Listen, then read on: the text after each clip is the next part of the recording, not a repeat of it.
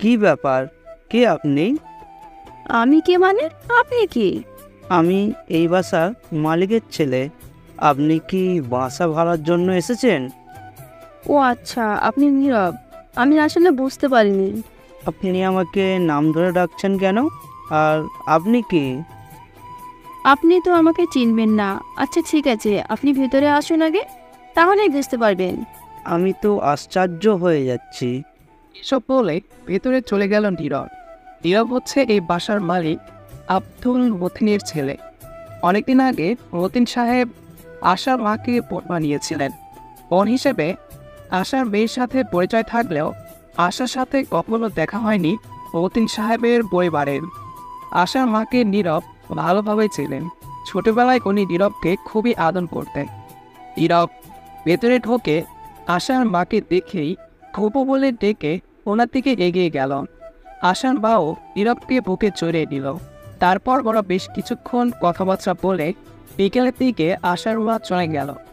আশা এখন থেকে এখানে থেকে পড়াশোনা করবে, এজন্য মূলত আশার মা আশাকে এখানে রেখে গেল। কয়েকদিন আগেই এইচএসসি পরীক্ষা শেষ হয়েছে নীরবের, তাই এখন নীরব একদম ফুরফুরা মেজাজে ঘোরাঘুরি করছে। অ্যাডমিশনের চিন্তা নীরব করে না। ওর কথা হচ্ছে যে কোনো একটা ন্যাশনাল কলেজে চান্স পেলেই হবে। এজন্য ওর জীবনে পড়াশোনার কোনো চাপই নেই। বন্ধুদের সাথে আড্ডা দিয়ে বেশ রাত করেই বাড়িতে ফিরল নীরব।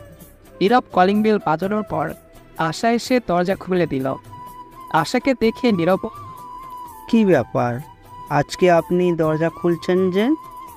হ্যাঁ, আসলে আন্টি বললেন যে ওনার খুব মাথা ব্যথা করছে, তাই আমি ওনার মাথায় হাত বুলিয়ে দিয়েছি, আর উনি ঘুমিয়ে গেছেন।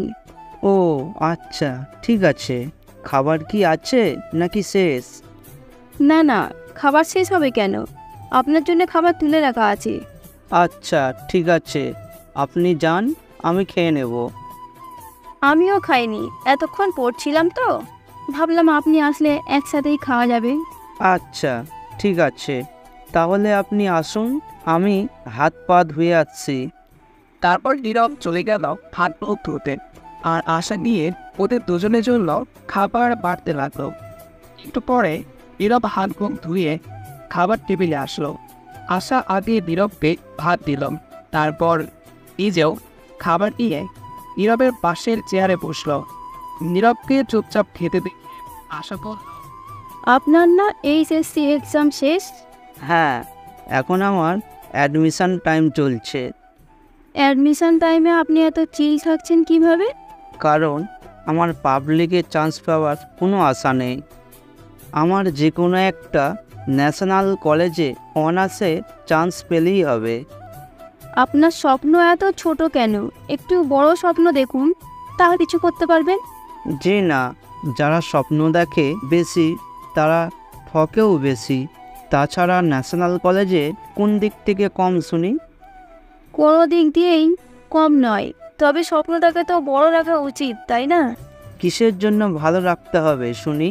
আমি তো আমার এই ছোট স্বপ্ন নিয়ে খুব খুশি আছি। আপনার বাবা মা আপনাকে নিয়ে কি এক্সপেক্ট করে, সেটা কি আপনি জানেন? হ্যাঁ জানি, তারা চায় আমি যা চাই আমি যেন জীবনে তাই করতে পারি। আমার বাবার বড় বিজনেস সামলানোর ক্ষমতা আমি রাখি। বাবার বিজনেস নিয়ে আশা করছেন কেন?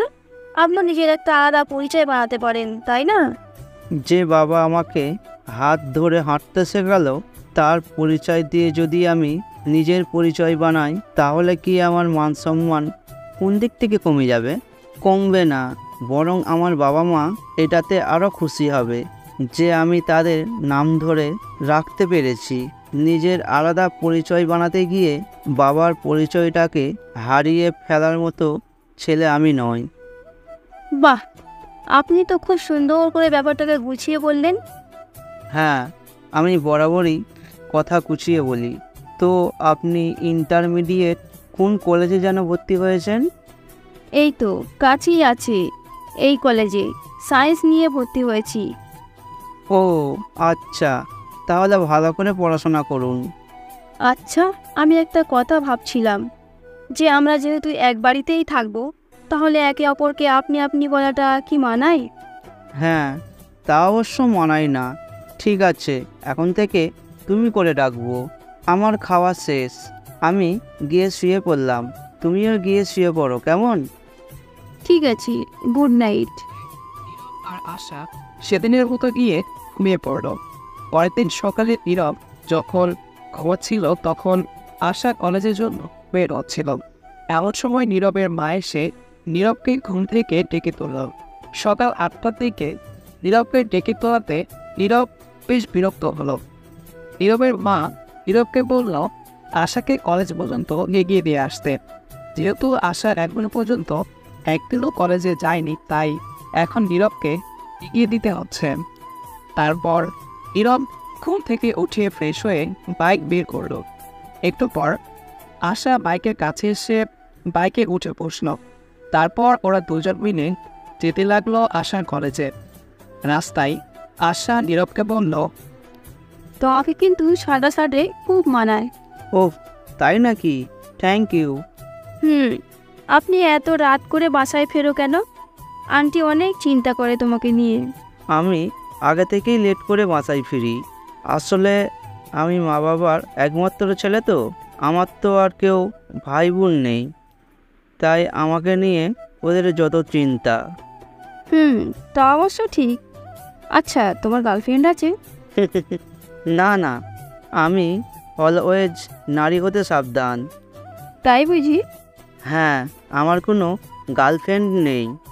তোমার মতো এমন হ্যান্ডসাম ছেলের কোনো গার্লফ্রেন্ড নেই? এই কথাটা ঠিক বিশ্বাস হলো না আমার।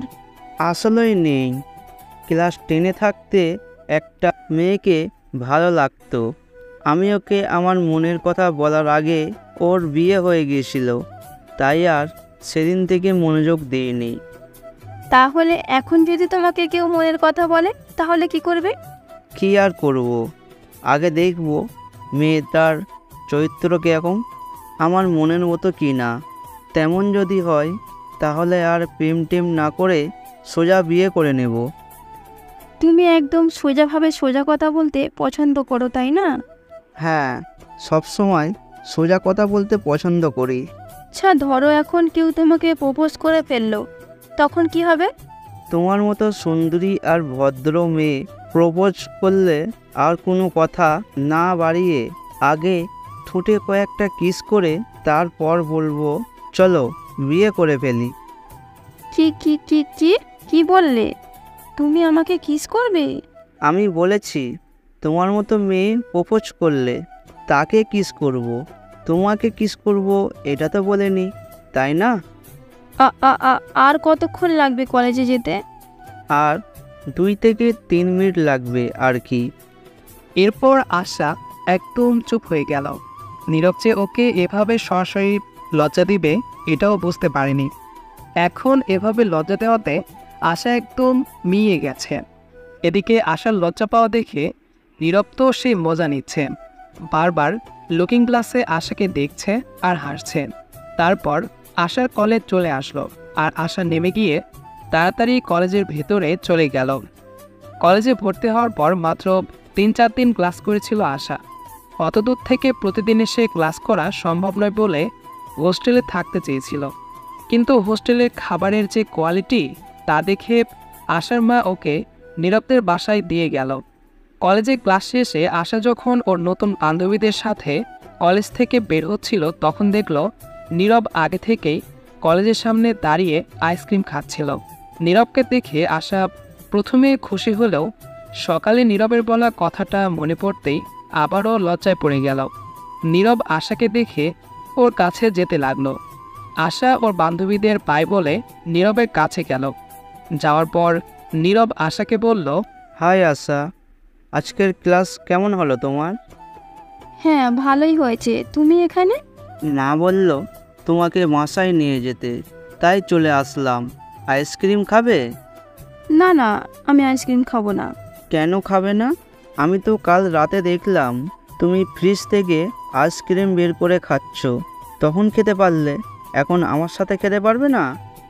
আচ্ছা ঠিক আছে, খাবো আমি। একটা চকলেট ফ্লেভারের কোনো আইসক্রিম নিন।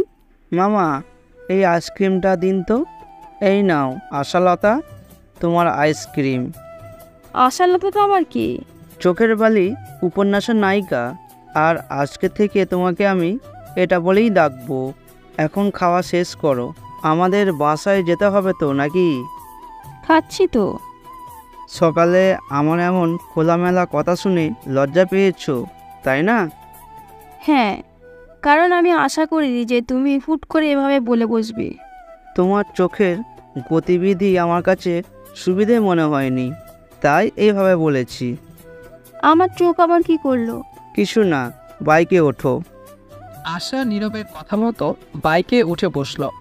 তারপর ওরা দুজন বাসায় গিয়ে পৌঁছালো। বাসায় যাওয়ার পর দুজনেই খাবার খেয়ে নিল। এভাবে কেটে গেল ওদের কিছুদিন। একদিন রাতে যখন আশা পড়ছিল তখন নীরব গেল আশার কাছে গিয়ে আশার পাশে চেয়ারে বসে চা খেতে শুরু করলো। আশা পড়ার ফাঁকে ফাঁকে বারবার নীরবকে দেখছিল।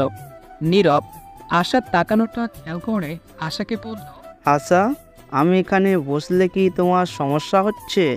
আমি কি উঠে যাব? না না, সমস্যা কিসের আবার? তুমি যাবে কেন? শুধু শুধু বসো এখানে। না, আমি আসলে বারবার খেয়াল করছি তুমি পড়ার ফাঁকে ফাঁকে আমার দিকে তাকাচ্ছ।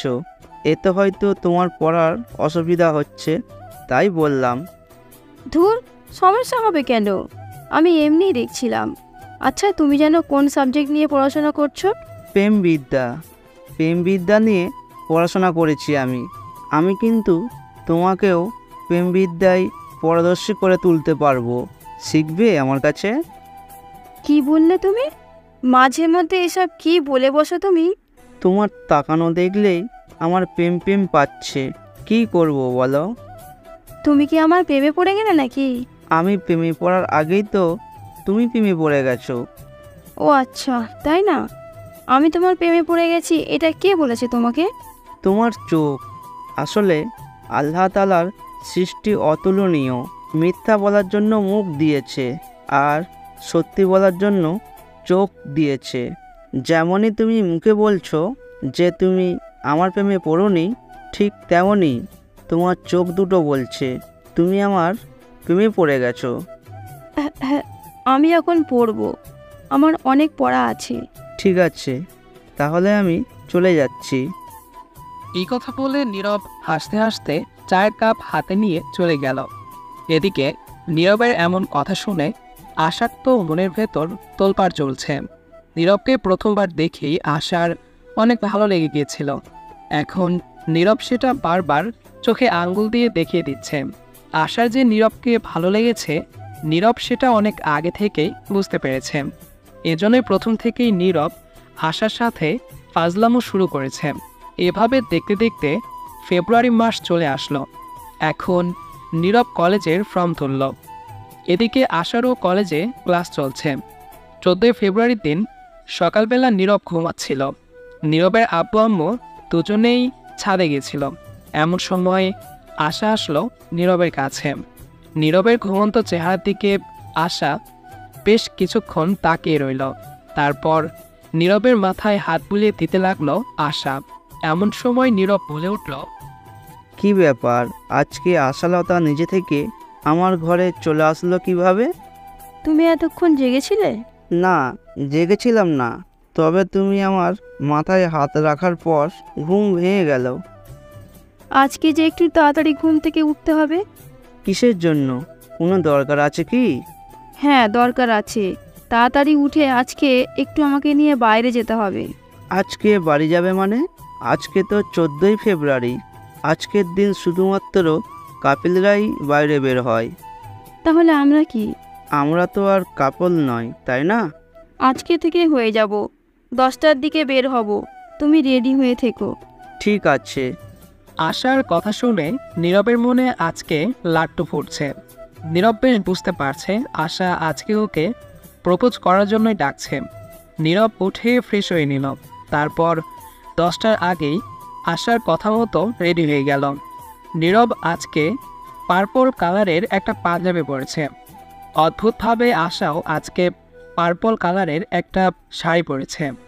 এই প্রথমবার আশাকে শাড়ি পরা অবস্থায় দেখে নীরব তো পুরো ক্রাশ খেয়ে গেল। নীরবের বাবা মায়ের সামনে নীরব আশাকে বলল, আশা, আজকে তোমাকে অনেক সুন্দর লাগছে। আমি আমার বাবা মায়ের সামনে তোমাকে বিয়ের জন্য প্রপোজ করছি। তুমি কি আমাকে বিয়ে করবে আশা? নীরবের এমন নিরপরাধ স্বীকারোক্তি শুনে আশাসহ নীরবের বাবা মা সবাই অবাক হয়ে গেল। এই অকওয়ার্ড সিচুয়েশনে পড়ে নীরবের বাবা মা দুজনেই ওখান থেকে চলে গেল। তাদেরকে যেতে দেখে আশা নীরবকে বলল, তুমি কি পাগল হয়ে গেছো নীরব? এভাবে কেউ তার বাবা মায়ের সামনে কোনো একটা মেয়েকে প্রপোজ করে? প্রপোজ করব বিয়ে করার জন্য। বিয়ে যেহেতু করতেই হবে, তখন তো বাবা মা জানবেই, তাই না? তাহলে বাবা মাকে আগে থেকেই জানিয়ে রাখলে সমস্যাটা কি? তাই বলে বাবা মাকে কেউ এভাবে জানায়? তুমি এখন চুপ করো আর আমার প্রপোজালের আনসার দাও। চলো আগে এখান থেকে। বললাম না আমি বাইরে বের হব, বাইরে গিয়েই বলবো। নীরবকে টানতে টানতে নিয়ে চলে গেল। তারপর ওরা বাইক দিয়ে পার্কের দিকে গেল। পার্কে আজকে চারিদিকে শুধু কাপল বসে আছে। আশা বাইক থেকে নামার পর আগে গেল ফুলের দোকানে। দোকান থেকে একটা লাল গোলাপ কিনে আবারও নীরবের কাছে আসলো। তারপর নীরবের সামনে হাঁটু গেড়ে বসে নীরবের দিকে ফুলটা এগিয়ে দিয়ে নীরবকে বলল, আমি আপনাকে বিয়ে করতে রাজি। আপনি কি সারা জীবন আমার সাথে থাকবেন? এত প্রেমিক প্রেমিক ভাব তো করতে পারি না, তবুও প্রেমিকের মতোই বলছি। আমি আপনাকে ভালোবাসি আর সারা জীবন আমি আপনার সাথেই থাকতে চাই। আশা করি আপনিও আমার সাথে সারা জীবন থাকতে ইচ্ছুক। ভালোবাসি আপনাকে। আপনি এখন থেকে আমার। আমি ছাড়া যেন অন্য কোনো মেয়ে বাইকের এই পিছনের সিটটাতে উঠতে না পারে। আমি ছাড়া যেন অন্য কোনো মেয়ে আপনাকে এভাবে ফুল দিতে না পারে। আমি ছাড়া অন্য কোনো মেয়ে আপনার ঘুমন্ত চেহারা দেখতে না পারে। যথা আজ্ঞা আশালতা, আপনার সব সত্য মঞ্জুর। শুধু সারা জীবন আপনি আমার হয়ে থাকবেন। তারপর আশা পার্কের সবার সামনে নীরবকে জড়িয়ে ধরল। আশাকে এভাবে নীরবকে জড়িয়ে ধরতে দেখে পার্কের অনেক কাপল হাততালি দিতে লাগলো। আসলে ভালোবাসা দেখতেও ভালো লাগে। এর কিছুদিন পর নীরবের রেজাল্ট বের হলো। নীরব ভালো একটা ন্যাশনাল কলেজে চান্স পেয়েছে আর আশাও পড়াশোনা করছে। ওদের বাড়িতে সবাই নীরব আর আশার বিয়ের সম্বন্ধে কথাবার্তা বলল। সবাই বলল যে আশা ইন্টারমিডিয়েট পাশ করার পর যদি পড়তে চায় তাহলে পড়বে, আর নয়তো আশা যদি অন্য কিছু করার ইচ্ছা থাকে তাহলে আশা তাও করতে পারে। এদিকে নীরব 4 বছরের অনার্স কোর্সে ভর্তি হয়ে গেল। নীরবের অনার্স কোর্স শেষ হলেই ওদের বিয়ে হবে। এতদিন আশা নীরবদের বাড়িতে থেকে পড়াশোনা করবে। যেহেতু ওরা এক বাসায় থাকবে আর ওদের বিয়েটাও ঠিক, তাই আশার মা আশাকে আলাদা করে ডেকে নিয়ে একটু ভালোভাবে বুঝিয়ে দিল যেন একসাথে থাকতে থাকতে অন্য কিছু না করে ফেলে, মানে বেশি গভীরে যেন না যায়। আশা তার মাকে আশ্বস্ত করলো যে এমন কিছু হবে না। আশার মা প্রায় 10 দিন পরে বাসায় চলে গেল। তারপর আস্তে আস্তে ওদের দিন কাটতে লাগলো। বেশ কিছুদিন পর একদিন আশা দুপুরে নিজের রুমে ঘুমাচ্ছিল। এমন সময় নীরব আসলো আশার রুমে। এসে দেখলো আশা শান্তিতে ঘুমাচ্ছে। নীরব আস্তে আস্তে আশার দিকে এগিয়ে গেল। তারপর আশার মাথার সামনে নীরব হাঁটু গেড়ে বসে পড়ল। আশাকে এভাবে ঘুমোতে দেখে নীরব হুট করে আশার নরম ঠোঁট দুটোতে কিস করে বসল। নীরব এভাবে কিস করাতে আশারও ঘুম ভেঙে গেল। ঘুম ভাঙার পরও আশা নীরবকে দূরে সরালো না, উল্টো নিজেও নীরবের তালে তাল মিলিয়ে ওকে কিস করতে লাগলো। বেশ কিছুক্ষণ পর নীরব আশার ঠোঁট দুটো ছেড়ে দিল। তারপর নীরব আশাকে বলল, ঘুম ভাঙার পরও তুমি আমাকে সরাওনি কেন? লাইফের ফার্স্ট টাইম ভালোবাসার মানুষের ঠোঁটের ছোঁয়া পেলাম। এত সহজে সরিয়ে দিই কিভাবে? যদি আমি এর চেয়েও বেশি কিছু করে ফেলতাম? আমি জানি তুমি এর চেয়ে বেশি কিছু করবে না, এই জন্যই সরাইনি। বাবা, আমার উপর এত বিশ্বাস। আমি যদি নিজেকে কন্ট্রোল করতে না পারতাম তখন কি করতে তুমি? কি আর করতাম, খুব বেশি হলে তোমার বাচ্চার মা হয়ে যেতাম। আমার বাচ্চার মা হওয়ার খুব শখ বুঝি? অবশ্যই। আমাদের বিয়ের পর 1.5 বছরের মধ্যে আমি বেবি নেব। ততদিনেই আমাদের দুজনেরই বেশ বয়স হয়ে যাবে। বেবি নেওয়ার জন্য পারফেক্ট টাইম। সব প্ল্যান করে ফেলেছো দেখছি। সারাদিন কি এইসবই মাথায় ঘোরে নাকি? বিয়ে যেহেতু ঠিক হয়েই আছে, তাহলে প্ল্যান তো করে রাখতেই হবে, তাই না? আশার কথা শুনে নীরব হাসতে হাসতে আশাকে জড়িয়ে ধরল। বেশ কিছুদিন পর আশার ইন্টারমিডিয়েট ফাইনাল পরীক্ষা অর্থাৎ এইচএসসি চলে আসলো।